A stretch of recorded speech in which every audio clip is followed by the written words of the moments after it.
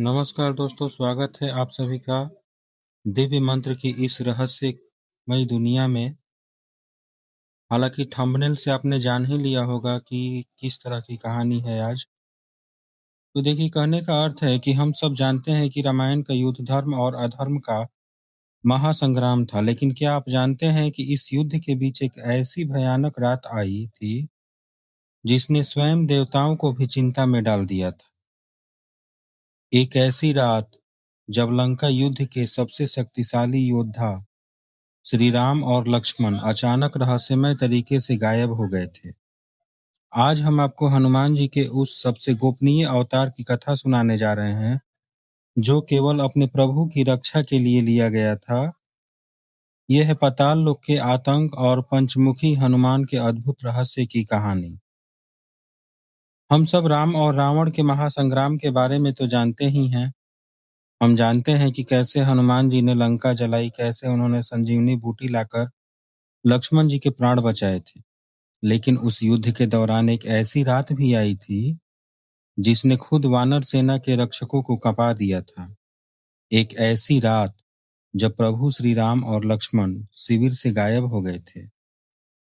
इससे पहले कि मैं कथा शुरू करूं, एक रिक्वेस्ट आपसे करना चाहूंगा कि प्लीज चैनल को सब्सक्राइब कीजिए और बेल आइकन जरूर दबाइएगा, ताकि इस तरह की आने वाली और भी कथाओं का नोटिफिकेशन सबसे पहले आप तक पहुंच सके। और वीडियो में अंत तक बने रहिएगा, बड़ा ही रोचक कथा है। और वीडियो को लाइक, शेयर और कमेंट में जय श्री राम, जय हनुमान लिखना ना भूलिएगा। तो शुरू करते हैं। जय श्री राम। आधी रात का समय था। लंका का युद्ध अपने चरम पर था। हनुमान जी स्वयं शिविर की बाहरी सीमा पर पहरा दे रहे थे। किसी के लिए भी उस अभेद सुरक्षा को भेदना असंभव था। लेकिन जब सुबह हुई तो शिविर में हाहाकार मच गया। प्रभु श्री राम और लक्ष्मण अपनी कुटिया में नहीं थे। उनका अपहरण हो चुका था। यहाँ कोई नहीं समझ पा रहा था कि ये कैसे हुआ। तब विभीषण जी ने एक ऐसे शत्रु का नाम लिया जिसका नाम सुनकर ही सब सन्न रह गए, और वो नाम था अहिरावण। अहिरावण लंकापति रावण का भाई था और पाताल लोक का मायावी राजा था। वो तंत्र मंत्र और सम्मोहन का स्वामी था।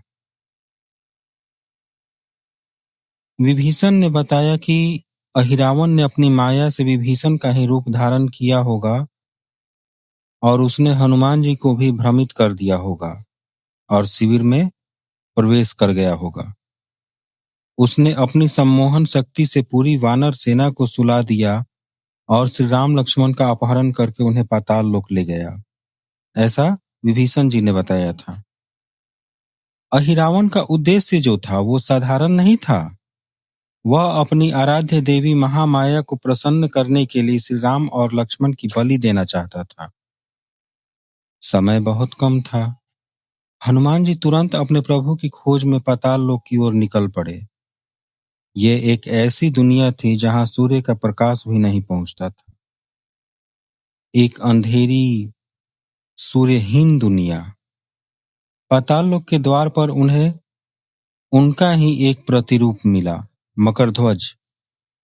मकरध्वज के बारे में कुछ लोग जानते होंगे, कुछ लोग नहीं भी जानते होंगे। तो मैं बता दूं कि कहा जाता है कि मकरध्वज हनुमान जी का ही पुत्र था।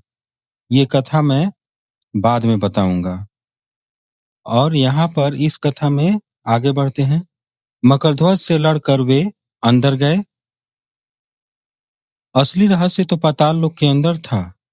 हनुमान जी उस स्थान पर पहुंचे जहां बलि की तैयारी हो रही थी।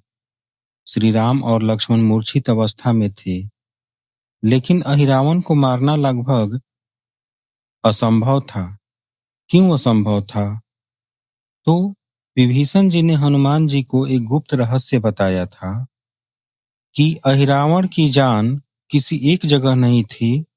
उसकी शक्ति और उसके प्राण 5 अलग अलग दिशाओं में रखे 5 दियों में कैद थी, दीपकों में। और शर्त ये थी कि इन 5 दियों को एक ही समय पर एक साथ बुझाना था। यदि एक भी दिया जलता रहा तो अहिरावण नहीं मर पाता। ये हनुमान जी के लिए एक असंभव सी लगने वाली चुनौती थी, लेकिन हनुमान जी तो हनुमान जी ही थे। हनुमान जी एक थे और दिए 5 अलग-अलग दिशाओं में थे। वो एक ही समय में हर जगह कैसे हो सकते थे? तब उन्होंने अपने प्रभु के प्राणों की रक्षा के लिए वो रूप धारण किया जिसे ब्रह्मांड ने पहले कभी नहीं देखा था। उन्होंने पंचमुखी रूप धारण किया। पूर्व दिशा में वानर मुख यानी कि स्वयं हनुमान जी, पश्चिम दिशा में गरुड़ मुख, उत्तर में वराह मुख, दक्षिण में नरसिंह मुख और ऊर्ध्व दिशा में यानी कि आकाश की ओर हयग्रीव मुख। ये सिर्फ 5 मुख नहीं थे, ये 5 दिशाओं की शक्तियां थीं।